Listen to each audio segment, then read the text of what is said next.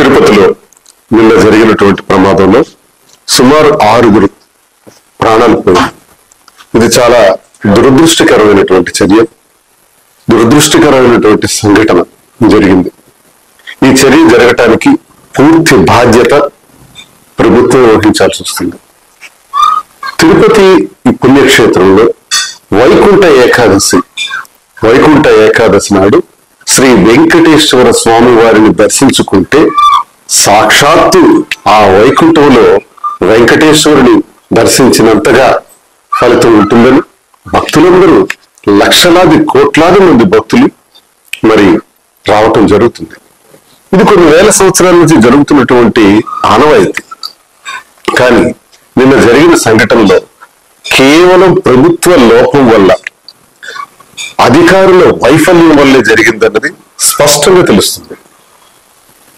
ఎప్పుడు కూడా సాధారణంగా ఈ టికెట్లు ఏవైతే ఇస్తారో వైకుంఠం దర్శనానికి సంబంధించి, అది అలిపిరిలో మనం వెళ్తున్నటువంటి నడుచుకుని వెళ్లే దారిలో గాని, రోడ్డు మార్గంలో వెళ్తున్నటువంటి దారిలో గాని అందజేయటం ఆనవాయితీ.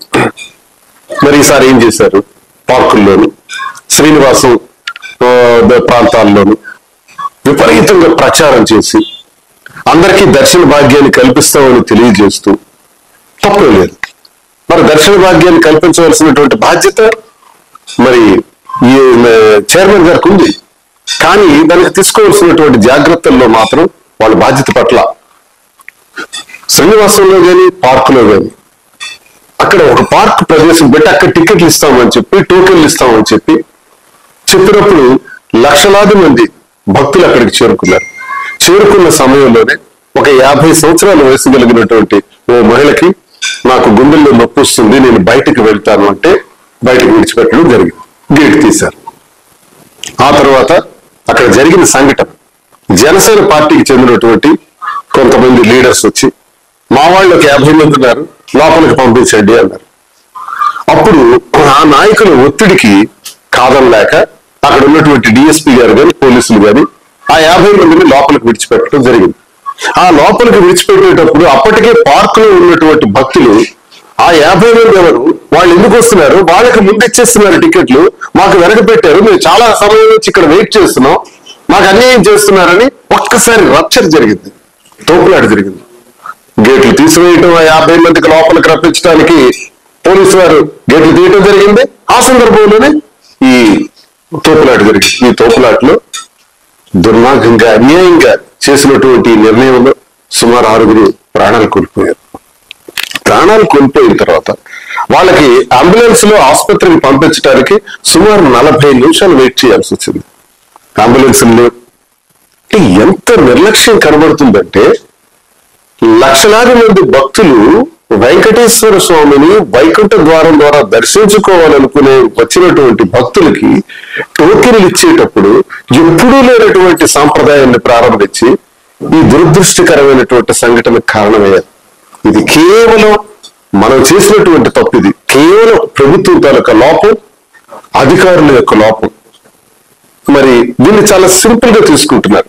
చంద్రబాబు నాయుడు అలవాటే, తిరుపతిలో ఎప్పుడు కూడా ఆయన నిర్లక్ష్యంగా మాట్లాడతారు. గడిచిన కాలంలో లడ్డూల విషయంలో కూడా ఇదే నిర్లక్ష్య వైఖరి ప్రదర్శించి మాట్లాడటం జరిగింది, కల్తీ జరిగిందని. మరి భక్తుల మనోభావాలకు దెబ్బతీసే విధంగా ఆయన మాట్లాడారు. ఇప్పటికీ భక్తులందరూ కూడా చాలా బాధపడుతున్నారు ఆయన మాట్లాడినటువంటి మాటలు. కానీ లడ్డూలు ఏ కల్తీ జరగలేదన్నది అందరికీ తెలుసు. కావాలని ఆ చర్చ తీసుకురావటం అంటే బాధ్యత లేదు, భక్తి లేదు, భయం లేదు. వెంకటేశ్వర స్వామి వారి దర్శనానికి సంబంధించి ఇలా ప్రవర్తించడం ఈ ప్రభుత్వం తనకు దుర్మార్గమైనటువంటి చర్య. ముఖ్యంగా టిటిడి చైర్మన్ గారు, ఈఓ గారు, జేఈఓ గారు, ఎస్పీ గారు, కలెక్టర్ గారు వీళ్ళందరూ ఏం చేస్తున్నారు? అదే రోజు 8వ తారీఖున చంద్రబాబు నాయుడు 2 రోజుల పర్యటన కోసం కుప్పం రావటం జరిగింది. కుప్పం వైపు పోలీసులందరూ డైవర్ట్ అయిపోయినారు. ముఖ్యమంత్రి గారిని ప్రసన్నం చేసుకోవటానికి వీళ్ళందరూ వెళ్ళిపోయారు. 8:30కి సంఘటన జరిగింది 8వ తారీఖు. మరి 8:30కి సంఘటన జరిగే సందర్భంలో లక్షలాది మందికి టోకెన్లు ఇవ్వాల్సిన పరిస్థితుల్లో జాగ్రత్తలు తీసుకోవాల్సిన అవసరం లేదా ఈ ప్రభుత్వానికి?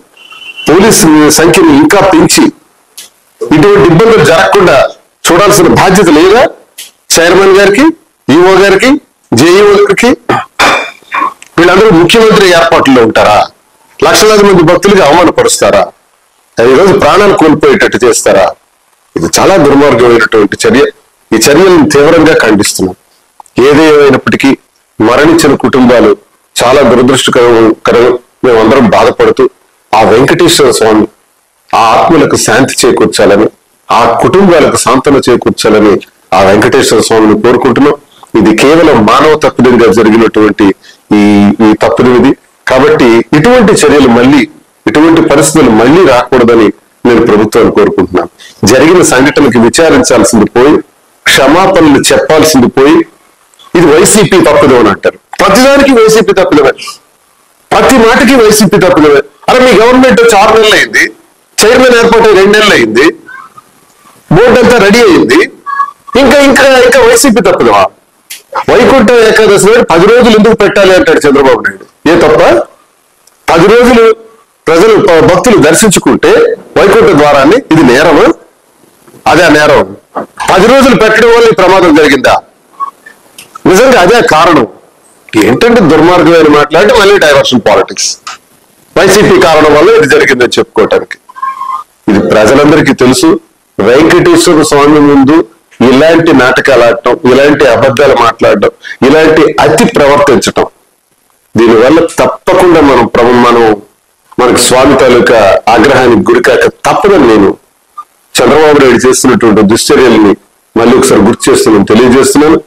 చనిపోయిన కుటుంబాలకి ₹1,00,00,000 చొప్పున ఇవ్వాలని డిమాండ్ చేశారు. కనీసం 50 లక్షలైనా సరే, ప్రజలందరూ ₹1,00,00,000 కోరుతున్నారు ఇవ్వాలి, కనీసం 50 లక్షలు ఇవ్వాలని కోరుకుంటున్నాను. అలాగే ఎవరైతే క్షతగాత్రులైనారో, గాయాల పాలైనారో వాళ్ళందరికీ ₹5 లక్షల ఇవ్వమని జగన్మోహన్ రెడ్డి గారు ఇప్పటికే కోరటం జరిగింది. వాటిని తక్షణమే అమలు చేయాలని, భవిష్యత్తులో ఇలాంటి పరిణామాలు జరగకుండా జాగ్రత్త వహించాలని, వెంటనే చైర్మన్ రాజీనామా చేయాలని, అలాగే ఈఓ గారు, జేఈఓ గారిని అందరినీ కూడా సస్పెండ్ చేయాలి. వీళ్ళపైన చర్యలు తీసుకోవాలని. దీనికి ట్రాన్స్ఫర్స్ చర్య కాదు. ట్రాన్స్ఫర్ చేయటం వల్ల ఈ సమస్యకి పరిష్కారం దొరకదు. సస్పెండ్ చేస్తేనే దీనికి భయం వస్తుందన్నది నేను తెలియజేస్తూ, ఇటువంటి దుర్మార్గమైనటువంటి చర్యలకు కారణమైనటువంటి ప్రభుత్వం పద్ధతి మార్చుకోవాలని